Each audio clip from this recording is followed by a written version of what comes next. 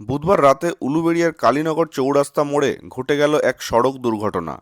রাত প্রায় 10:30টার সময় একটি মারুতি গাড়ি নিয়ন্ত্রণ হারিয়ে দাঁড়িয়ে থাকা একটি লরির পেছনে সজোরে ধাক্কা মারে। ধাক্কায় মারুতির সামনের অংশ ক্ষতিগ্রস্ত হয় এবং গাড়ির চালক গুরুতর আহত হন। দুর্ঘটনার খবর পেয়ে ঘটনাস্থলে পৌঁছায় উলুবেড়িয়া থানার পুলিশ।